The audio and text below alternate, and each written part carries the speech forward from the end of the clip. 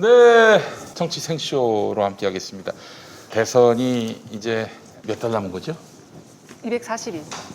240일. 240일? 그러면은 240일이면은 3으로 나누면 8개월. 8개월 정도 네. 남았네요. 네. 예, 시간이 갈수록 점점 더 흥미가 더해지고 있는 대선 전국을 제대로 한번 살펴보도록 하겠습니다. 사실 이게 저 방송 카메라 큐 들어오기 전에 나눈 대화가 100만 불짜리 대화인데 그건 또 바로 들려드릴 수 없고 그건 나중에 좀 시간 되면 우리 유료 서비스로 전환을 해서 그렇죠. 유료 서비스 좋아요. 들려드렸으면 좋겠다는 생각이 듭니다. 자, 오늘도 여러분과 함께 해주실 우리 정치 이슈의 길라잡이 두 분 모셨습니다. 우리 이은영 휴먼앤데이터 소장님 어서 오십시오. 네, 안녕하세요. 예, 감사합니다. 자, 그리고 대구 가톨릭대학교 프란체스코 학부 박진영 특임 교수님 어서 오십시오. 네, 안녕하세요. 네, 감사합니다. 김포 JYP. 발음이 예. 정말 정확하세요. 아, 그렇습니다. 정확합니다, 저는. 자, 오늘 이야기 들어가기 전에 광고부터 해야 될 텐데 저희가 지난 연말에 집단적인 코로나 감염으로 인해서 그래서 이제 여기가 한 10명 걸렸나? 20명 걸렸나? 이 건물에서요? 아니, 이건 아니라 우리 저 주식회사 대마시안에서. 그래. 근데 사실 여기는 집단 면역 지역이라고 해도 과언이 아닐 아니, 저는 정도로 그때 걸리진 않았는데 예. 밀접 접촉자로 아. 자가격리 2주. 고생을 많이 하셨습니다. 그때 체중 3kg 쪄가지고 아직 안 빠지고 있어요. 아, 정말 죄송한 일이 발생했는데 그 이후로 무슨 조금만 좀 팬데믹이 심해지면은 바로 연락이 옵니다. 특히 여기는 이제 요주의 사업장이 돼가지고 시식하다 걸리면은 이거 참 굉장히 곤란해집니다. 그래서 사실 몇 주 전만 해도 우리가 백숙도 먹고 그랬는데 오늘은 이걸로 만족하셔야 될 것 같습니다. 근데 요게 대단해요. 요게 산삼진 99. 여러분 산삼진 99 소개하겠습니다. 강력한 면역이 필요한 시대 야생 산양 산삼 99% 원액 제품을 홍삼값에 만나보시기 바랍니다. 해발 600m 청정 지역에서 무농약 자연이 키운 7년근 산양 산삼 추출 원액 99%에 인삼 열매 1% 함유. 합성 원료는 전혀 첨가하지 않았습니다. 각 쇼핑몰에 산삼진 99를 체험하시고 놀라움을 표시하는 분들이 많습니다. 많은 분들께서 다양하고 감동적인 체험 리뷰를 남겨주고 계시는데 김용민닷컴에도 재구매를 인증하는 많은 후기가 올라와 있습니다. 직접 확인해 보시기 바랍니다. 원래 자연산삼은 소량인데다 10만이가 찾아서 헤매야 하는 수고비가 더해져서 값이 매우 비싼데요. 하지만 산양산삼은 사람이 씨를 뿌릴 수 있고 찾아다닐 필요가 없어서 훨씬 저렴합니다. 하지만 생장 과정은 동일하기 때문에 산양산삼의 효과는 자연산삼 못지않습니다. 벌써부터 불볕더위가 이어지고 있는데 몸 상하기 쉬운 여름철을 맞아서 산삼진 99가 구매 후기 이벤트를 진행합니다. 산삼진 99를 구매하신 후 자신의 체험 후기를 김용민닷컴 후기란에 남겨주시는 모든 분들께 특허받은 유산균 제품을 사은품으로 보내드립니다. 산삼진 99의 현재 온라인 가격은 36만 원인데 김용민닷컴에서 이 가격에 주문하시면 한 박스 값에 두 박스를 받으실 수가 있어요. 그러니까 한 박스에 18만 원 꼴이는 셈이죠. 바로 6천 원 커피 한 잔 값으로 산삼 거의 한 뿌리를 마시는 효과를 보실 수 있습니다. 사회적 거리두기로 부모님 뵈러 가기도 힘든 요즘 산삼진 99로 부모님께 사랑의 마음을 보내시기 바라겠습니다. 자, 그 밖에 7월 한 달 동안 김용민닷컴의 모든 제품이 배송비 무료입니다. 김용민닷컴의 좋은 제품들을 저렴한 가격에 게다가 배송비까지 완전 무료인 파격적 쇼핑을 체험해 보시기 바랍니다. 쇼핑이 펀이다. 김용민닷컴입니다. 자, 드셔보시죠. 네, 이거 뭐 간단합니다.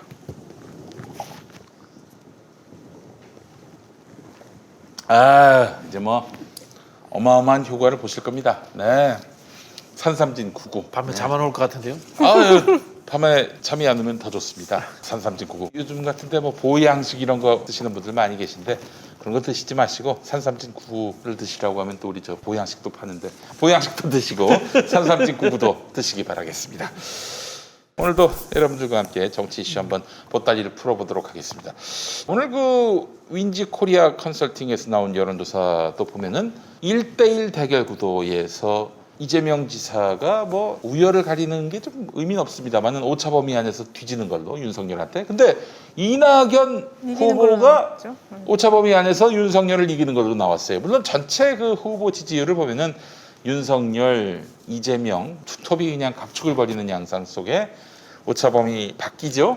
네. 이낙연 후보가 3위를 차지하고 있는데 어제 그 한국사회여론연구소 조사를 보면 또 이낙연 후보가 18.1%로 껑충 뛰어 올라가지고 지금 2위 자리를 위협하고 있는 그런 양상인데 이 결과를 어떻게 보셨는지 우리 이은영 소장님부터 말씀해 일단 주신다면. 그 시기적으로 볼 때 음. 컷오프 딱 끝나고 나서 첫 번째로 조사 나온 게 KSI가 나왔는데 이낙연 후보만 5.23%인가 이렇게 딱 혼자만 올라간 결과가 나왔어요. 네. 그래서 결과가 그렇게 나왔다고 한다면은 일단은 그 경선 과정에서의 토론이라든지 이제 득점 포인트가 있었다 이낙연 후보만 네. 그리고 이재명 후보 같은 경우는 득점 포인트가 없었다 이렇게 좀 정리할 수 있을 것 같은데 그리고 또 이제 지지율도 내려갔으니까. 내려갔고요. 예, 예, 예. 근데 지금 이거 한 번만 가지고 올라갔다 내려갔다 판단하기는 어렵고 그리고 지금 이거 18.1% 올라간 거 가지고 뭐 노무현 대통령이 15% 이하에서 그 이상으로 뛰어 올랐던 것처럼 이낙연도 그렇게 지금 올랐다. 판이 바뀌고 있다. 이렇게 좀 약간 과대적인 해석을 하고 있는데 그거는 조금 더 추이를 봐야 될 것 같고 이제부터 아, 그래요? 그럼요. 이제부터 이제 순회 경선이 진짜 참맛이다. 이렇게 말씀드릴 수 있을 것 같아요. 순회 경선. 예. 예. 그러니까 이제 전국을 돌아다니면서 하는 경선. 네. 근데 지난번에도 얘기했다시피 캠프 내부에 어떤 전열 정비는 좀 필요한 것 같고요. 그다음에 이제 계속 언론에도 보도가 됐는데 메시지 전략과 관련해서 승자 1위 후보 전략을 펼 건지 아니면은 좀 바꿀 건지 그거는 좀 깊이 있게 고민을 해야 될 것 같습니다. 1위 후보 전략이라면은 부자 몸조심. 그렇죠. 예. 네. 알겠습니다. 자, 우리 그 박진영 교수님. 저는 뭐 우리 소장님 계시는데 죄송합니다만은 늘 제가 여론조사를 크게 신뢰 안 하는 사람이잖아요. 아, 그래요? 오. 리서치는 리서치일 뿐 일렉션이 아니다. 제가 늘 그런 표현을 쓰는데요. 네. 리서치는 그냥 경향성입니다. 경향성. 예, 경향성 조사다 이렇게 생각하시면 되고요. 정확할 수가 없는 게 오차가 존재하잖아요. 네, 그렇죠. 아, 그리고 또 우리 한국 사회가 요즘은 이제 핸드폰이 생기면서 전부 다 이 모집단에 대한 안정성이 네. 굉장히 떨어져 있어요. 그런 부분에서 좀 정확치 않다는 부분이 있고요. 모집단의 안정성 이게 무슨 말입니까? 그러니까 우리가 이제 RDD라는 것 자체가 네. 과거에 우리가 생각하는 전통적인 여론조사에서는 통용이 안 되던 거예요. 모집단이 분명치 않잖아요. 네. 모집단이 늘 다르잖아요. 예. 그렇지. 이 갤럽이나 이런 데 제가 알기로는 추정 여론조사를 하게 되면은 한 100만 명 정도의 기본 모집단을 가지고 네. 이 기본 모집단은 한국인들의 정치의식 분포에 맞는 표본호를 가지고 있는 겁니다. 그런 걸 가지고 이제 추적 조사를 하고 이렇게 하는데 보통 이제 우리 정치권 여론조사하는 회사들은 영세하기 때문에 RDD 방식을 많이 하거든요. 네. 모집단이 늘 다르거든요. 예. 진짜 잡히는 사람들이 네, 그런 측면이 있기 때문에 저는 뭐 RDD라고 하는 것은 그냥 아무데나 막 그렇죠. 전화를 이게 거는. 그렇죠. 무작위로 하는 거죠. 그런 예. 부분에서 이제 한국의 여론조사가 미국이나 이런 데보다 좀 정확하지 않은 측면이 있고요. 또 한편으로 보면 한국인들이 가지는 정치적인 허위의식이 있습니다. 허위의식. 허위의식이라고 하는데 예를 들어서 우리 김용민 PD 보고 자 후보를 선택할 때 뭘로 선택하세요? 1번 정책, 2번 정당, 3번 지역, 4번 인간성 뭐예요? 정책이라고 하죠. 다 그렇게 거짓말합니다. 왜냐하면 이게 정치는 가치를 추구하는 건데 예. 우리는 이제 유교적 전통이 딱 있기 때문에 지역 또는 뭐 정당 이런 답을 잘 안 해요. 그렇지. 근데 실제로는 그렇지 않잖아요. 솔직히 네, 말씀드려서 그런 허위의식이 존재하기 때문에 이제 한국의 이 여론조사가 경향성은 볼 수 있지만은 정확치는 않다라는 사전 이유를 말씀을 드리고요. 그럼에도 불구하고 저는 이재명 지사가 일부 조금 하락했다고 봅니다. 하락했는데요. 그거는 여기서 바지를 벗으란 말입니까? 그 이야기입니다. 그 이야기 탓입니다. 이게 왜냐면요. 우리 여론조사라는 게 경향성만 보기 때문에 키워드가 이슈가 되면은 그게 제일 먼저 많이 영향을 미칩니다. 저는 그 키워드가 이슈가 되는 바람에 나쁜 영향을 미쳤다 이런 생각이 들고요. 이낙연 후보가 상승했다는 것에는 저는 뭐 크게 동의하지가 않아요. 아, 그래요? 동의하지 않는 게 왜냐하면은 한국의 여론조사의 경향성이 이런 거기 때문에 포지티브 이슈를 만든 적이 없단 말이에요. 네네. 그런 상황에서 잘 나왔다라고 하는 것은 저는 여론조사가 한번 반 이재명의 근거에서 한번 튀어줬다. 뭐 이 정도이지 이게 큰 흐름을 만들지는 못할 것이다. 그렇게 생각되고요. 저는 소장님하고 똑같은 의견인데 결국은 리서치가 아닌 일렉션은 순회 경선에서 권리당원이라든가 선거인단을 오픈해 봐야 알아요. 오픈해 보면은 그것이 또 여론이 됩니다. 네. 그때까지는 저는 이게 기존의 1강 1중 다약 구도에서 뭐 2강 구도로 갔다라고는 저는 보기 어렵다. 그렇게 생각이 듭니다. 아직은 1강 1중 다약으로 예, 그대로다. 보는 게 낫다. 좋습니다.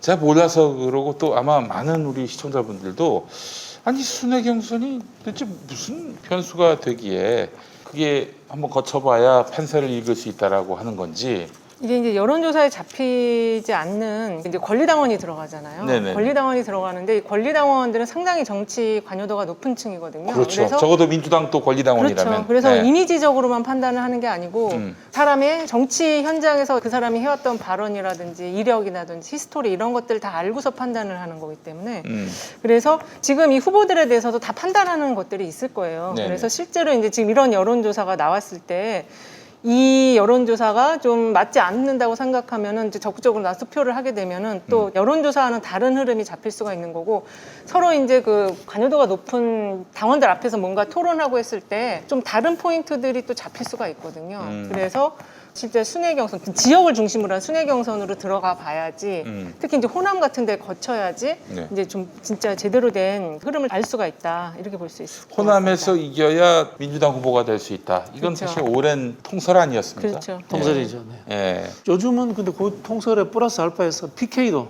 PK 도 굉장히 중요하죠. 중요합니다. 네. 네. 아 PK도. PK가 상대방 국민의힘 표를 뺏어오는 지역인데 덩치가 커졌거든요. 정치적 네. 덩치가 우리 예, 쪽 내부에서 그렇죠. 굉장히 커졌기 때문에 PK도 중요하다 이렇게 생각을 하고요. 이제 소장님 이야기에 조금 더 보태면은 이런 부분이 있습니다. 권리당원들이라든가 선거인단에 참여하는 정치에 관심이 많은 분들은 단기 이슈에 좌지우지되는 것이 아니고 오랫동안 정치를 유심히 봐왔던 사람들입니다.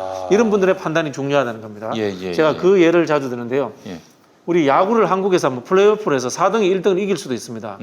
근데 유럽의 프리미어 리그를 보세요. 리그전입니다. 갑자기 5등, 1등 되는 일 없어요.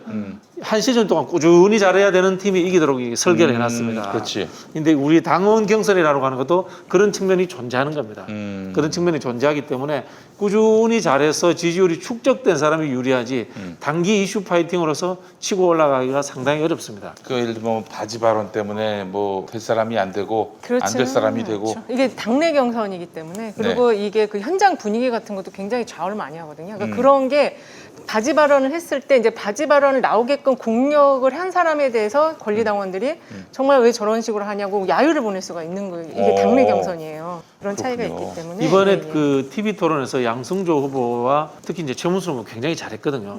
잘했는데 왜 떨어졌겠어요? 갑자기 나오고 갑자기 잘한 거예요.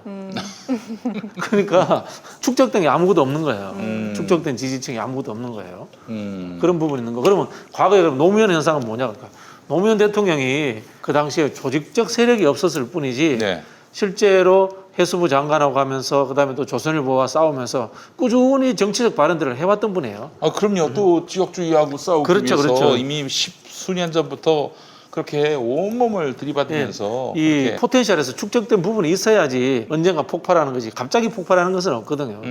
그런 측면에서 저는 제일 중요한 게 8월 7일 날 현재 예상됩니다만은 대전 충남 8월 8일 날 세종 충북 그때 오픈해 봐야 합니다. 여기서 이기는 사람이 이제 기선을 제압할 그렇죠. 수 있는 것이고 그렇죠. 주도권을 쥘 수 있다 이 말씀인데 그러면 대전 충남 세종 충청 이 지역에서 이제 벌어지는 경선 지역 순회 경선 지금 누가 이렇게 좀 지지도상으로 케이스와의 지지도를 살펴보면은 대전 충청에서 이재명 24.7, 이낙연 23.8이에요. 그러니까 좀 어이구. 비슷한 수준인데 네.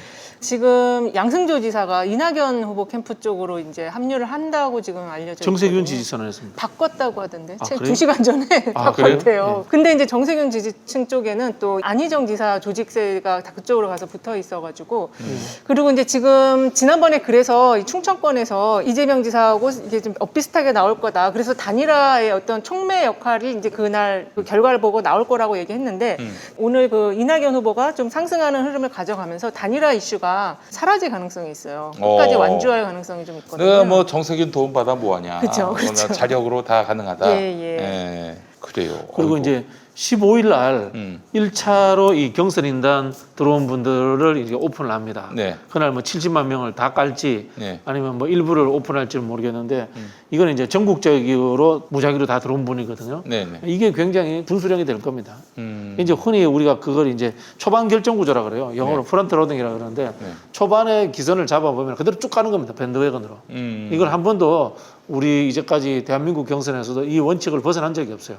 노무현 대통령도 제주에서는 1등을 못했습니다만 울산, 광주에서 1등하면서 그냥 끝나버린 거예요. 그렇지. 예, 그리고 지난번에 문재인 후보도 그렇고 그런 경향이 있기 때문에 이번에는 이 충청권과 제가 봤을 때는 15일 날 오픈하는 1차 네. 여기가 굉장히 좀 큰 역할을 할 것이다. 그런 15일은 생각이 8월 듭니다. 15일? 8월 15일. 예, 8월 15일. 8월 네. 15일 날 충청권 플러스 TK하고 강원도까지 강원. 들어가거든요. 그리고 이제 네. 그 선거인단까지 그렇죠. 예, 그렇게 선거인단까지. 하게 되죠. 근데 지금 문제가 이제 포함되는 인원이 어떻게 되느냐. 그때 이제 중복을 제거할 거예요. 권리당원으로 중복된 사람들은 제거하면 지금 74, 5만이라고 하는데 그보다 숫자가 줄어들 거고 그 사람들 1차를 다 투표를 해갖고 할 건지 아니면 또 나눠가지고 할 건지 이런 게 좀 쟁점이 아직 남아있거든요. 그런 것도 좀 잘 정리를 하셔야 될 것 같습니다. 네, 알겠습니다. 대전, 세종, 충남, 충청 여기가 이제 첫 테이프를 끊게 되는데 왜 예전은 제주에서 시작을 했는데 그러니까 저는 이제 그 바뀌었어요. 비판을 많이 했는데요. 네. 제주에서 했어야 돼요. 그게 왜냐하면 국민들이 기대하는 부분이 있거든. 아 제주가 한국의 뭐 UMF셔야 뭐 이런 것처럼 경선을 시작한다는 상징성이 있는데 그 상징성을 쉽게 깨는 게 좋은 게 아니에요. 네. 흥행을 위해서. 네, 알겠습니다. 아, 그래요. 그렇게 해서 결론이 나게 되면은 거기서 이기는 후보가 아무래도 주도권을 쥐게 될 가능성이 높다. 알겠습니다. 최근에 나온 지지율에서 이재명 지사의 여성 지지율이 좀 낮은 편이다. 네. 이런 지적이 지금 나오고 있고 이게 아무래도 바지 발언 때문에 그런 것 아니겠는가 하는 분석도 나오고 있는데 이런 가운데 페미니스트인 권인숙 의원이 공동 상황실장으로 들어갔단 말이죠. 이건 어떻게 봐야 될까요? 전 네. 별 효과 없다고 봅니다. 그러니까 효과 저도 없다. 비슷합니다. 효과가 그렇게 크지 않을 것 같고 지금 여성층의 지지가 낮다라는 거는 이낙연 측에서 컷오프 결과가 좀 여러 버전으로 돌았잖아요. 네네네. 돌고 나서 KSI 조사 결과가 나온 직후에 예. 이낙연 캠프 쪽에 막 돌았던 그 분석글 중에 그 여성 지지가 낮았다라는 얘기가 나왔는데 네. 실제 KSI 조사 결과를 보면은 이재명 후보 여성층 지지가 23.0이고 이낙연이 26.0이에요. 그래서 그렇게 크게 낮다고 볼 수가 없거든요. 그러네요. 예, 그리고 네. 이 주부층 같은 경우는 주부층 전업주부 지지도를 보면은 이재명 지사가 지금 28.4고 이낙연 후보가 8.9예요. 그러니까 그래요? 여성층에서 이게 지지가 낮다라고 꼭 단정지을 수 없다. 자기네들의 유리한 것들 그냥 포장해서 좀 크게 과대적으로 얘기한 걸 수 있다. 네. 이렇게 말씀드렸습니다. 그 저기 두 분은 아무래도 좀 민주당 당에서 계셨고 네. 그래서 내부 정보가 있지 않을까 싶은데 도대체 어느 버전이 맞습니까? 이번에 그 저기 1차 컷오프. 잘 아실 것 같은데. 저는 컷오프 여론조사 돌아가기 전주 직전주에 했던 여론조사하고 똑같았을 거라고 봅니다. 어떻게? 그러면 어떻게 나왔어요? 모르죠. 그것도 잘 모르겠어요. 이재명 50% 넘었습니까? 아니 그러니까 저도 찾아보진 않았는데 네. 일부러 찾아보진 않았는데 이 컷오프 여론조사 하기 전에 여론조사 회사나 언론사에서 돌렸던 여론조사가 있었을 겁니다. 그게 네네. 그 여론조사하고 비슷했을 겁니다. 그게 거의 10%포인트 정도 차이 나거든요. 이게 그러니까는 그 민주당의 여론조사가요. 민주당 지지자 플러스 무당파층을 아마 대상으로 했을 거예요. 그냥 네. 전 국민을 다 한 게 아니고. 예. 그래서 7월 6일 날, 7일 날 오마이뉴스가 리얼미터 의뢰해서 한 조사를 보면은 이재명 지사가 민주당 지지층에서 50.3, 이낙연 30.5였거든요. 20%포인트 정도 차이가 났습니다. 네. 그리고 그 전체로 봤을 때는 이재명 지사 32.4, 이낙연이 19.4였어요. 그러니까 이게 한 13%포인트 정도 차이 났거든요. 그래서 그 정도 버전이 좀 맞지 않을까. 그러니까 그 44대 뭐 20몇인 그 버전이 하나 있었거든요. 그 정도가 맞지 않을까. 네. 그러면은 이낙연 플러스 정세균 이렇게 보면서 네. 차후에 그 단일화 가능성을 염두에 두고 이재명 캠프에서 대비하는 게 나을까요? 어떻습니까? 대비해야죠. 예, 그렇죠. 대비는 해야 되는데 완전히 그 둘만의 조합으로 이재명 지사를 뛰어넘을 수 있을지는 모르겠습니다. 네, 왜냐하면 이- 추미애까지 들어가야지 넘어갈 수가 있고요. 네. 근데 절반을 못 넘기게 하겠다. 음. 이재명 지사가 절반을 득표를 못하게 하겠다라고 하면 그건 가능할 수도 있을 것 같아요. 왜냐하면 권리당원 부분에서 조직세가 사실 정세균 전 총리가 지지율은 낮지만 조직세 쪽은 또 조금 강한 면이 있거든요. 그래요? 네. 그러니까 이제 이재명이 과반을 넘겨서 그냥 한 번에 끝내버리는 그런 일은 막도록 하겠다라고 마음 먹는다면 그건 가능할 수 가능하겠지만은 있죠. 그렇지만은 이낙연 플러스 정세균 그렇게 둘의 양자의 지지율 합이 단일화의 그 합이 되지는 않을 것이다. 네, 지금 그냥 산술적으로 그냥 더해 보면은 이재명 지사의 지지보다는 두 네. 사람을 합해도 더 높지가 않아요. 실제로도 만약에 네. 이낙연 정세균이 합해진단 말이에요. 네. 합해졌을 때는 아마 추미애 후보를 지지하는 분도 야 이러다가는 저 친구들이 될 수 있겠다라고 판단을 해서 이재명 지사를 지지할 가능성도 있기 때문에 그렇죠. 이게 1 더하기 1은 그렇죠. 반드시 2가 된다라는 공식은 없죠. 갖지 않는 게 좋을 것이다. 머릿속에 두지 않는 게 좋을 것이다. 이렇게. 박 교수님은? 저도 뭐 동의합니다. 동의하는데요. 이런 부분이 있습니다. 우리가 이제 플러스를 했을 때 명분이 중요합니다. 명분 그렇지. 예. 정치는 명분과 게임이 같이 가는 거거든요. 명분을 잘 만들면은 게임한 것이 시너지 효과가 생기고, 근데 명분을 못 만들면은 게임한 것이 시너지가 안 생겨요. 지난번에 이광재 정세균 단일화 효과 사실 거의 없었잖아요. 없었는데 그것이 이제 의외성이 만들어진다거나 명분이 제대로 만들어진다면은 거기에 대해서 이제 시너지는 생길 수 있는데, 제가 봤을 때 뭐 시너지 없을 겁니다. 시너지 없다. 시너지 없을 거라는 생각이 드는 게, 조직 대 조직이 합친다 이런 개념이잖아요. 이분들 네, 사고 그렇죠. 자체가 예. 그렇잖아요. 예. 명분이 있어야 되거든. 새로운 가치라든가 이런 것이 있어야 되는데 그런 것들을 이제 잘 못 만든다라는 측면이 있고요. 전반적으로 봤을 때 이낙연, 정세균 단일화 되면은 당내 경선은 재미는 있어질 겁니다. 예. 저는 재미는 있어질 거다 이렇게 보는데, 그것이 이제 외연을 확장하는 경선이 그런 재미로 저는 이어지지는 않을 것 같고, 내부의 혈투, 원팀이 되게 어렵게 만드는 혈투로 갈 수도 있는 그런 위험성도 저는 상당히 존재한다, 그렇게 보여집니다. 성은영 기자가 여론조사가 정치를 망친다라는 칼럼을 쓴 적이 있어요. 네, 네, 네. 정말 동감하거든요. 예. 이 여론조사가 이 당내 경선에서 여론조사 수치를 인용하는 거 굉장히 불안정한 숫자거든요. 그럼요. 권력이 빠져 있기 때문에. 근데 네. 그걸 자꾸 인용해가지고 뭔가 이기는 것처럼 앞서가는 것처럼 하는 것 자체가 문제가 있고요. 그래서 그런 부분을 좀 감안을 해서 여론조사에 너무 의존하지 않는 경선, 그게 경선의 묘미가 그거거든요. 여론조사가 다른 결과가 나올 수 있다라는 거. 노무현이 대표적인 그런 케이스였고, 그래서 사실 그때도 이제 이인재라는 대세론이 있었잖아요. 근데 그 이인재와 지금 이재명의 차이는 뭐냐, 같은 대세론인 것 같은데. 네.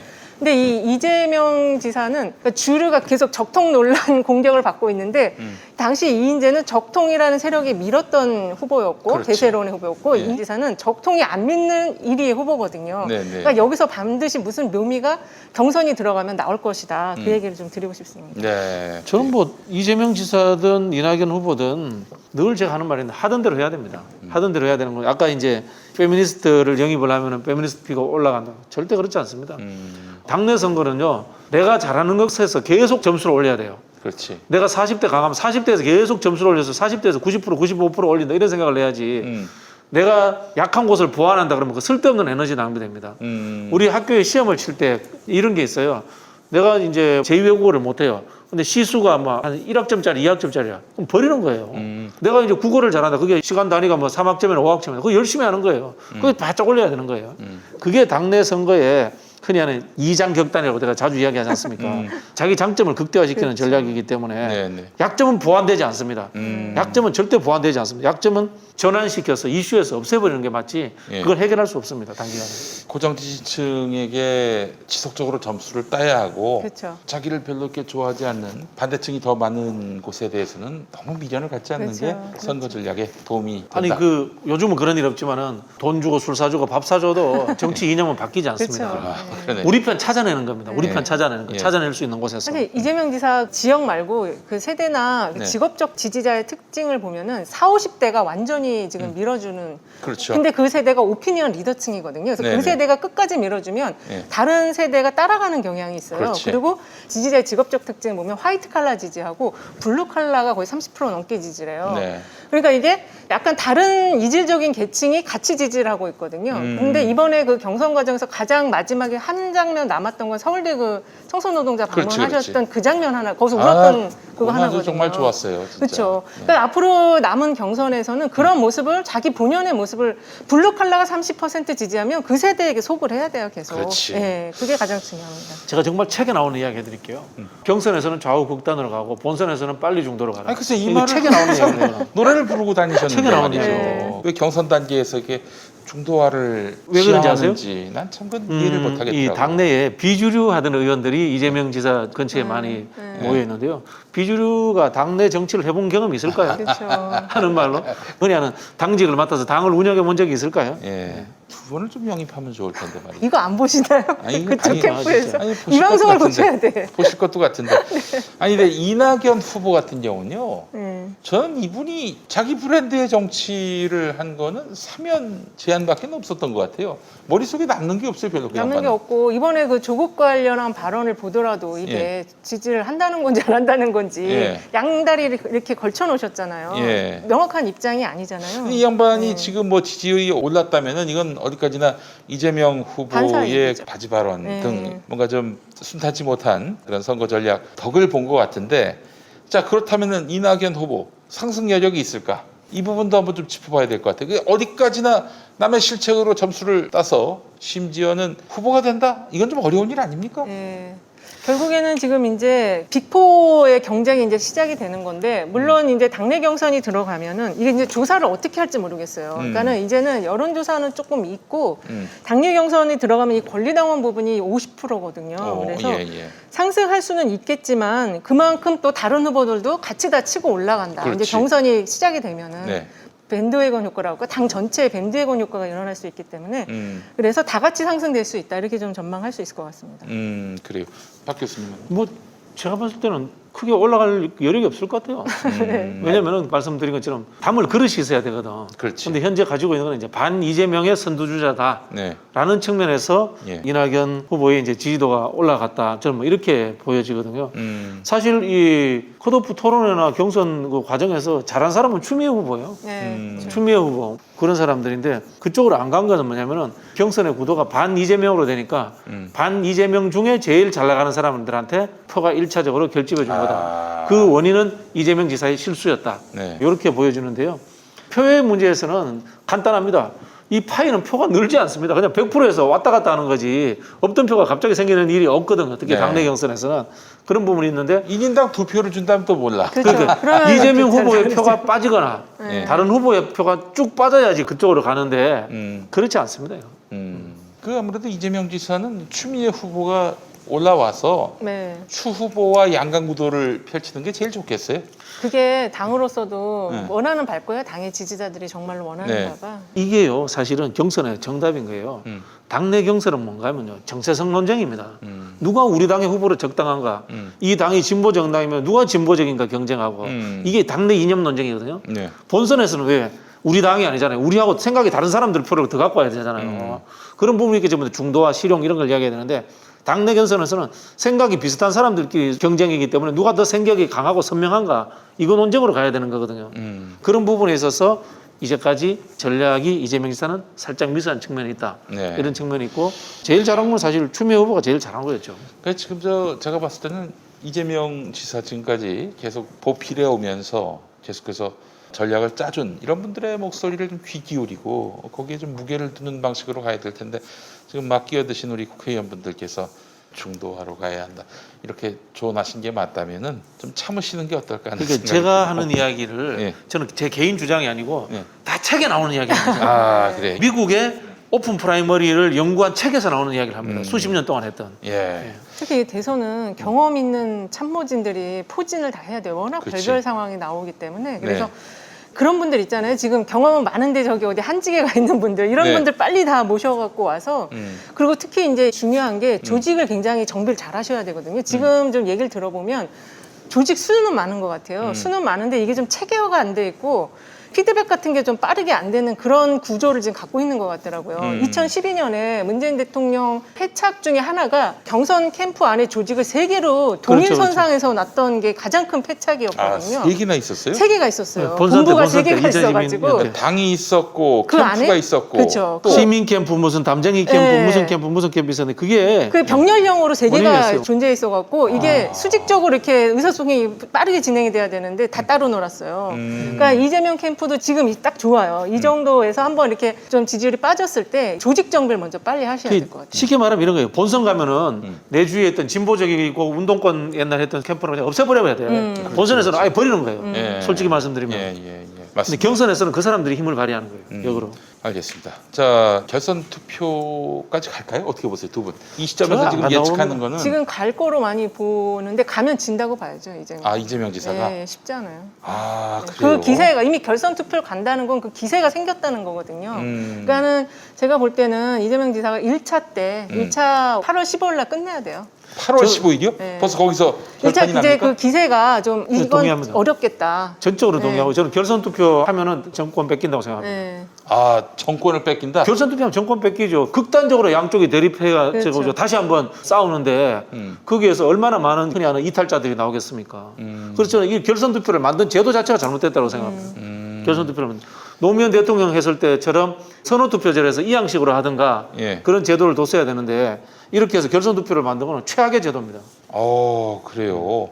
결선 투표로 갈 가능성이 있고 그러면 이재명 지사 진다라고 예측하셨는데 네. 결선 투표로 가면은 이재명 지사가 지는 건 당연하고 정권도 놓친다. 아니, 이재명 지사가 저는 결선 투표 가서 이길 수 있다고 보는데 그렇더라도 정권 뺏긴다고 생각합니다. 아, 이게 당내에 아주 극한의 대립이. 극한의 갈등을 만들어내고. 500만 표 차로 지는 거죠 이제. 아 진짜. 아니 그러면 지금 원팀이 안 된다. 안 나중에는. 되죠. 지금 벌써 2007년 시즌 2다 지금 그런 얘기가 나오고 있어요. 그래서 상당히 지금 잘 해야 된다고. 그래서 1차 8월 15일 날 그냥 여긴 더 이상 가봐야 의미가 없다 정도의 느낌이 올 정도로 확실하게 이기셔야 된다는 생각이 들어요. 그런 상황. 이런 거예요. 지금 이 후보로 재미없어요. 솔직히 말해서요. 아무리 우리가 게임에 엎치락뒤치락 해봐 이 후보들이 새로운 비전과 새로운 가치, 새로운 인물이 아니잖아요. 우리 후보들이지만 냉정하게 말씀드려가지고 이 후보들 가지고 뭐 날리고 쳐봐야지 그거 안 되니까 빨리 끝내고 안정적으로 단합해서 가는 게 가장 좋은 방법이다. 저는 그렇게 생각해요.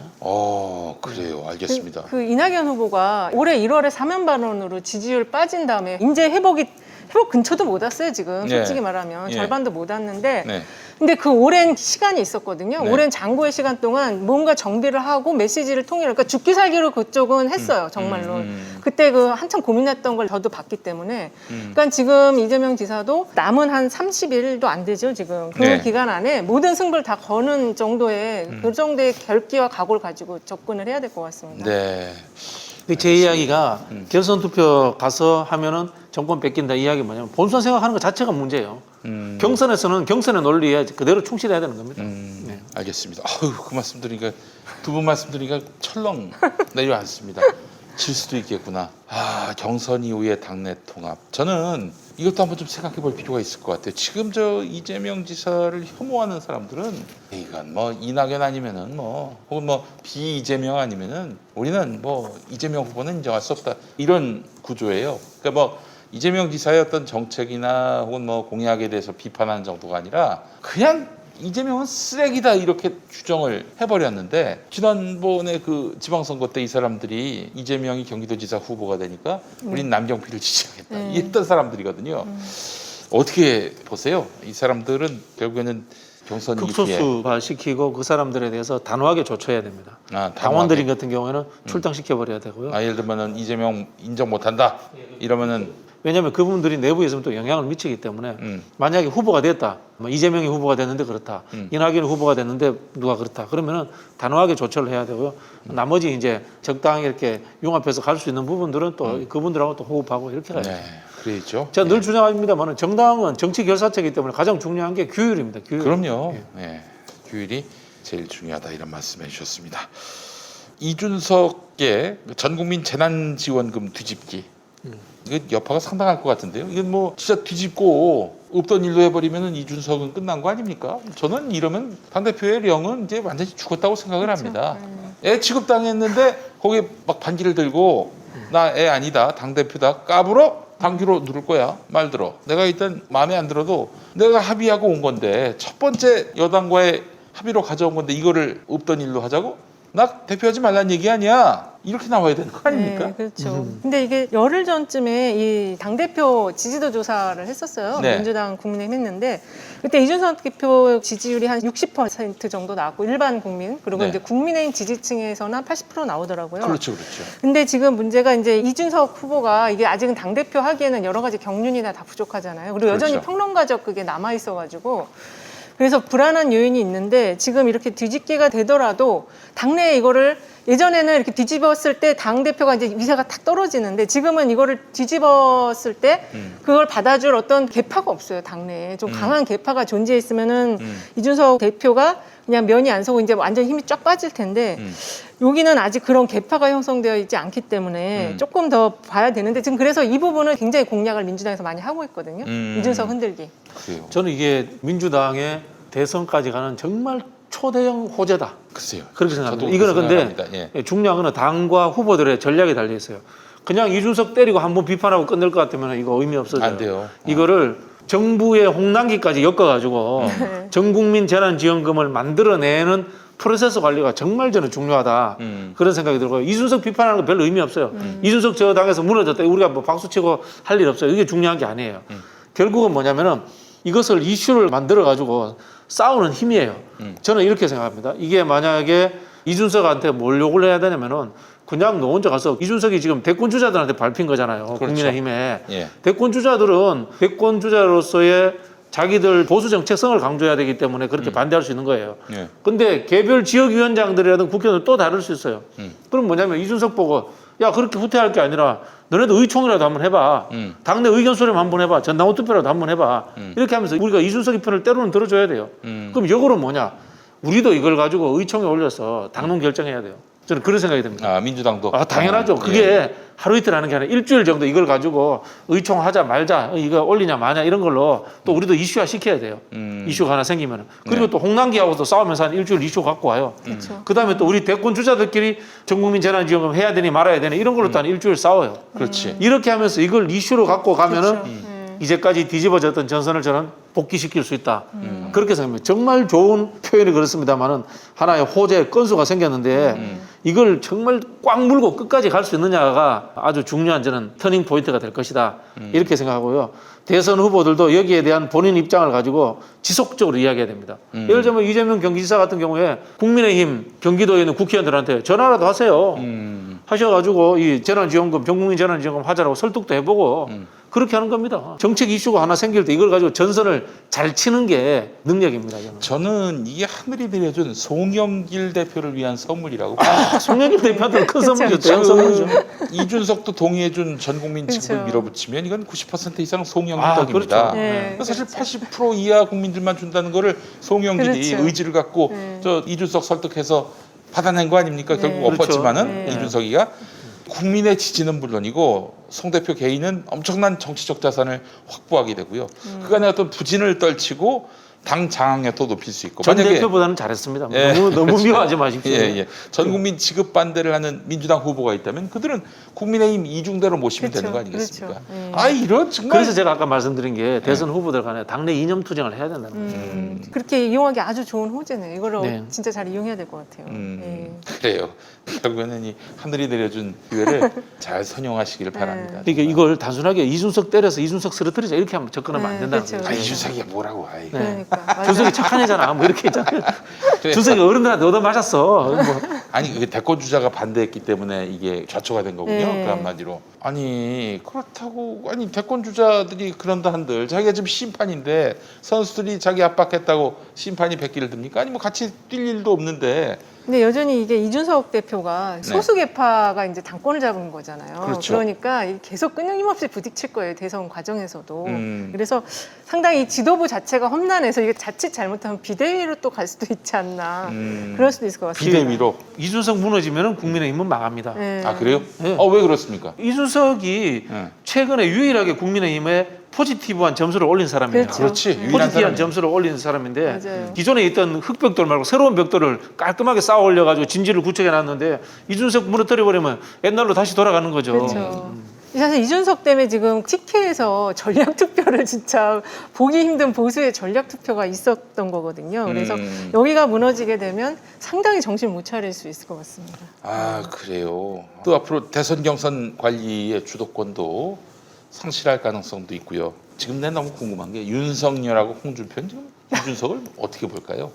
애로 볼까요? 아니면은 애로 볼 것 같아요. 이준석 뒤에 김종인이 있으니까. 그렇죠. 아 김종인이 네. 아 저는 이거 전형적으로 이 뒤에 김종인이 수렴청등하듯이 하는 신주류들의 국민의힘의 신주류들의 구상 속에서 흘러가고 있다고 봐요. 그러면은 김종인이 원하는 대선 후보를 세우려고 하지 않겠습니까? 그럴 가능성이 있죠. 오세훈 세우듯이 예. 지금 뭐 원희룡에 갑자기 또 급 관심을 보였잖아요. 네. 그런 방식으로 할 가능성이 어쨌든 이 김종인 비대위원장은 자강론이니까 기본 컨셉이. 제가 자꾸 예를 드는데 여론조사 하시는 분이 더 정확하게 알 것 같은데 이런 일이 있었어요.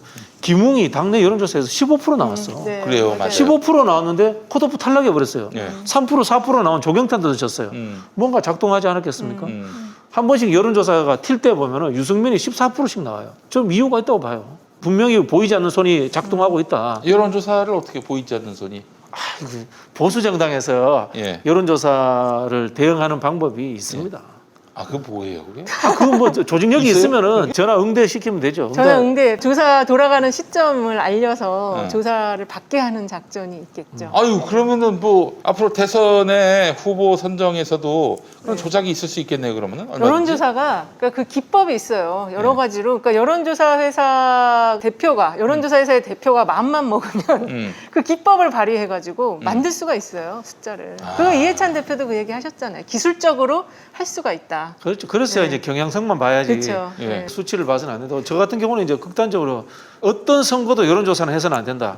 선거에 오차가 존재하는 게 어딨냐. 제가 그런 그렇죠. 이야기 하거든요. 네. 그럼요, 선거는 100%죠. 네. 그 그러면은 최근에 이낙연이 상승하는 것은 뭔가 좀 뭐 다른 조사도 이제 같이 좀 연계해서 봐야 될 것 같고요. 일단은 그 기술이 조사만 들어갔다라고 봐야 되는 건지. 독보적으로 일단 그 조사만 나왔잖아요. 그 예. 전날 원래 예. PNR이 조사가 원래 일요일 날 먼저 하거든요. 네. 그래서 PNR 조사 결과를 언론사가 먼저 받고 예. 그다음에 나머지 건 다 좀 묻혀요. 왜냐하면 전날 발표가 다 됐기 때문에 똑같이 ARS로 하거든요. 예, 예. 근데 PNR 조사 그때 못했어요. 전날 민주당 지지자들이 예. 항의 전화를 해서 못했다는 이유를 댔다는데 어쨌든 그런 게 조금 석연치 않은 부분은 있죠. 아니 왜 남이 조사하든 말든 왜 신경을? 그러니까 이제 왜냐면 자기 내 조사가 언론이 더 많이 받아야 되는데 앞에서 뭐가 하나가 똥차가 지나가면 그 주목을 못 받잖아요. 그러니까 거기를 일단 죽여놓고 예. 내 조사를 돋보이게 할 수가 있는 거죠. 그런 것도 다 기법으로 들어갈 수가 있는 거죠. 아니 근데 사실 진짜. 윤석열과 일부 언론이 여론조사 회사하고의 이 쿵짝쿵짝해서 윤석열 저렇게 띄워놓은 것도 사실이잖아요. 그럴 수도 있어요. 그러니까 조사회사 대표들의 성향이 굉장히 중요해요. 그 투명하게 드러나야 되거든요.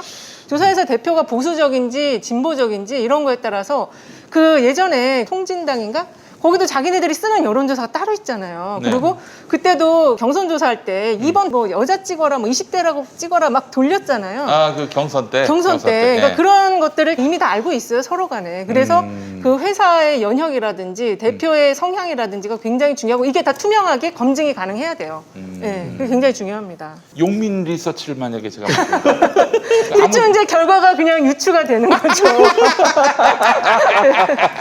근데 이렇게 내가 내 이름 걸고 밝히면 괜찮아요. 일단 그거 검증이 되니까. 네. 예, 문제가 됐을 때 그냥 서버 갖다 띄워다가 다 보면 되거든요. 네. 예, 그러니까 이름 걸고 하는 거죠, 솔직히. 자기 윤리의식 갖고. 아니 그러면 결과적으로 가장 신뢰할 수 있는 게 예. 안심번호 조사가 아닐까 싶은데 근데 통신사한테 그거- 번호를 달라고 해가지고 그때 얘기했잖아요. 보수 정서가 이렇게 좀 우위에 있을 때는 안심번호만 가지고 하기엔 그 경향성을 골고루 다 표집이 안 될 수 있다. 그러니까 네. 어디서 어떻게 들어오는 건지 지금 모르니까 그게 무작위라서 그게 100% 신뢰할 수 있다라고 말은 할 수 있지만 표집이 정말로 골고루 됐는지는 모르거든요. 그 아, 조사번호 이제 받은 것만 가지고. 조사 업체가 전혀 파악이 안 된다. 안 되죠. 그거 갖고 와갖고 했는데 그 안에 통신사가 어떤 번호를 넣어줬는지 우리가 모르잖아요. 아, 회사도 통신사가 모르고. 장난칠 수도 있겠다. 그럴 그러면. 수도 있는 거죠. 그런 경우는 없겠지만. 예. 그래서 제가 들은 얘기가 있습니다. 국정원이 조사한 게 가장 정확하다. 아니, 예전에 노무현 대통령 때 총선 때요. 그때 이렇게 여러 가지 다 보고가 올라오잖아요. 네. 거기 거 틀렸어요. 아, 틀렸어요? 틀렸어요. 아, 국정원께? 네. 아, 그래요? 틀릴 저는 수도 그 있구나. 성한용 기자, 그 한겨레 신문의 성한용 기자가 네. 지적했던 것에 제가 전적으로 동의를 하면서 여론조사한 것을 언론을 통해서 공개하는 것에 대해서 어떤 규제라든가 네. 분명히 거기에 대한 검증하는 절차가 저는 규칙적으로 있어야 된다고 생각합니다. 그렇지 않으면 이게 심각한 이 정치 오염을 시키는 많이 오는데 그걸 상황입니다. 많이 강화를 시켰거든요. 지금 네. 중앙선관위에서 굉장히 그걸 강화를 시켜놨는데도 불구하고 가장 중요한 거는 직업윤리예요. 조사를 하는 분들의 직업윤리가 가장 중요하고 정치를 관여를 할 거면 하질 말아야 돼요. 조사를 깊이 관여할 거면 그 자기 그래서 선을 제가 안 정해놔야 하잖아요. 돼요. 네, 그러니까 제가 안 하잖아요. 하셨잖아요. 조사를 하셨었잖아요. 그러니까 그 자기 선을 정해놓고 만약에 내가 정치 성향이 있어도 조사를 할 거면은 자기 성향을 다 드러내놓고 해야 돼요. 언제든지 나는 이거 검증 받겠다라는 태도로. 저도 제가 네. 대학원 석박사 다닐 때 그 합리적 선택 네. 이론하고 조사 분석론을 한 2년을 수업을 들었어요. 네. 수업을 들었는데 재미있어요. 재미는 있어요. 네. 재미는 있고 이제 게임 이론이나 이런 걸 이제 여론조사하고 섞으면 재미는 있는데 안 하는 이유가 제가 현장 정치를 하겠다고 생각하면은 내가 여론조사 안 해야 돼. 그렇죠, 그렇죠. 네, 좀 거리를 둬야 되고 여론조사 공정이라는 조사회사가 있어요. 여기가 조사가 하도 이상하게 튀는데 대표가 누군지도 불분명하고 대표 이력이 하나도 안 나오는 거예요. 그래서 뉴스타파에서 거기를 한번 집중 취재를 한 적이 있었거든요. 여론조사 공정. 네. 이름은 공정인데. 공정하지가 않아요, 결과가. 아니 근데 소장님 이런 경우도 있다면서요. 한 회사에서 경쟁하는 두 후보를 막 같이 그 윤리의식이 완전히. 근데 지금 그렇게 막 혼탁해졌어요. 여기도 하고 저기도 하고. 그러니까. 그러니까 여기 정보가 여기도 가고 저기도 가고. 그래서 예전에 그 모 회사는 절대 안 줬어요. 왜냐면 거기에다 조사를 맡기면 다 퍼져 그냥 온 동네방네. 아니, 그런 적도 실제로 있었습니다. 이렇게 해야 되네. 네. 우리 회사는 민주당만 합니다. 그렇죠. 우리 회사는 국민의힘만 합니다. 네. 이렇게 정해놓고 해야 되네. 좀 그죠? 정해놓고 후보도 민주당 안에서도 이렇게 후보가 많을 때는 자기가 자기 직업 윤리에 근거해서 딱 한 그룹만 해야 돼. 이걸 여기저기 마다 그냥 문어발식으로 다 섞어 오면 우리가 문어발식 확장을 반대하잖아요. 그렇지. 똑같은 거예요.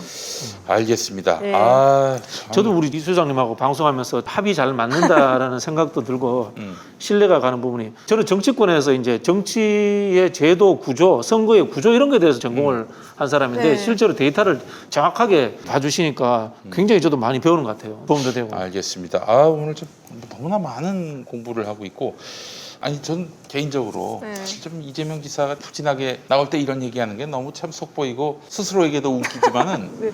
여론조사로 자꾸 이렇게 우리의 그 심리 속에서 컷오프되는 좋은 후보들이 많을 것 같아서 염려가 그럼요. 됩니다. 아니 왜냐면은 여론조사에 따르면은 그 사람은 뭐 아예 나오지도 말아야 될 사람, 이 정치 진출 자체가 차단돼야 할 사람으로 규정되지 않습니까? 그쵸. 아니 네. 누가 그렇게 남의 참정권을 그렇게 제약하고 저해야 합니까? 우리 정치 시장 자체가 예. 자율 경쟁, 자유 시장화가 너무 안 돼 있어요. 예를 들자면은 한국처럼 이렇게 민노총 무슨 뭐 이렇게 해서 이 흔히 이익 집단들 간에 합의가 잘 안 되는 구조면은 흔히 하는 말로 로비스트법이 있어야 돼요. 로비스트법이 없으면 어떻게 되냐면은 사회적 약자들은 로비 창구 자체가 존재해 버리잖아요. 그렇지. 우리 그 비공식적으로 돈 있는 사람들, 사회적 세력이 강한 사람들은 로비스트법이 없어도 다 해요. 그렇지. 로비 남몰래. 활동을 다 한단 말이에요. 근데 로비스트법이 없으면 돈 없고 힘 없고 빽 없는 사람은 로비를 못 하거든. 그런 지금 것들을 구조화시켜줘야 이 되는데. 현대 정치에서 여론조사가 그렇게 중요하지 않은 이유가 여론조사할 때 가장 먼저 봐야 될 거는 이 전체적인 사회 분위기거든요. 그러니까 침묵의 나선 이론이라는 게 있어요. 그래서 일부러 사회 분위기 속에서 입을 닫는 계층이 있거든요. 샤이라고 네네. 우리가 그걸 표현을 하는데 그래서 이 조사를 할 때도 그런 부분을 먼저 파악을 하고서 이 데이터를 분석을 하는 거거든요. 지금 이 케이스와의 조사를 보면은 대통령 지지율이 가장 높게 나왔어요. 45.8%. 네. 그리고 방역 이번에 4단계 방역 올린 거에 대해서 찬성이 63%예요. 그러면 우리 사회 분위기가 이걸 지금 다 이 숫자대로 지금 가고 있는 거냐? 불만자가 하나도 없는 거냐? 그건 아니거든요. 제가 좀 근거를 갖고 얘기하는 건 아니지만 리얼미터는 보수적 사회 의식을 가진 분들이 더 많이 표집되는 것 같고 그게 이제 응답자 바이어스예요. 네. 그 회사 이름을 들으면 그쪽을 더 내가 응답을 해줘야 아, 또 되겠다. 그런 것도 있습니다. 그 응답자 바이어스라고 하거든요. 아 이게 또 그런 면도 있군요. 네. 리얼미터가 뭐 구체적으로 회사 이름 이야기해도 되는지 모르겠는데 리얼미터가 우리 한국 지방자치 망쳤어요. 아 그래요? 지자체장들에 대해서 잘했다 못했다 찬반밖에 없잖아요. 그죠? 네. 그렇게 평가를 해서 점수를 매겼잖아요. 네. 근데 보세요. 영남에서 민주당 단체장이 당선됐어요. 근데 영남의 정당 지지도가 민주당 지지도가 떨어져요. 네. 그러면 그 단체장이 아무리 잘해도 무조건 점수가 낮게 나올 수밖에 그런 없어요. 문제가 있구나. 이거 굉장히 지방자치를 훼손시키는 역할들을 했고 그리고 정치를 극단화시키는 게 잘했다 못했다 뿐만이 아니고 좀 잘했다 좀 못했다도 있어야 되고 그렇죠. 그렇게 해줘야 되는 건데 지금 우리가 아는 잘했다 못했다만 하는 국정지지도 찬반이냐 문제 있지 않습니까? 이거 굉장히 위험한 정치예요. 이거. 그 척도 논쟁, 뭐 응답률 논쟁 다 예전에 있었던 거고요. 그리고 아니, 그 네. 사회여론연구소는 좀 더 진보 쪽에 표집이 되는 것 같다는 느낌이 민주당 들고요. 지지자들이 아무래도 이제 이런 식으로 결과가 나오면 여기에 더 내가 받게 되면 응답을 더 해주게 되는 거죠. 끊기보다는. 그러면은 아예 그 네. 여기 조사기관 아무개입니다. 아무개를 얘기하지 않게 하는 게 어떨까요? 그러니까 선거조사는 당에서 하는 조사는 또 조사 회사명을 또 안 하고 바로 들어가는 것도 있고 근데 어쨌든 그래서 이렇게 그 데이터가 좋게 나와도 그 안에 불만이 사이즈가 얼마나 있는지를 알아내는 게 발견해내는 게 조사에서 해야 될 역할이라는 거죠. 아 그렇군요. 응답자가 그 기관이 어디냐에 따라서 답변을 달리할 수 있다. 달리할 수 이거 또 있습니다. 처음 들었습니다. 네. 마치 이게 예전에 제가 생계형 시사평론가를 할 때 OEM형 평론을 했거든요. SBS에서 원하면 SBS 원하는 방식의 평론, KBS 가면 KBS가 원하는 평론 이렇게 했었는데 아 그게 여론조사에서도 바이어스가 된 거죠. 그런 바이어스가 있었군요. 아예 몰랐습니다. 네. 아이고 그건 바이어스가 아니라 바이러스 아닙니까? 아 그런 생각이 드는데 예 알겠습니다. 김현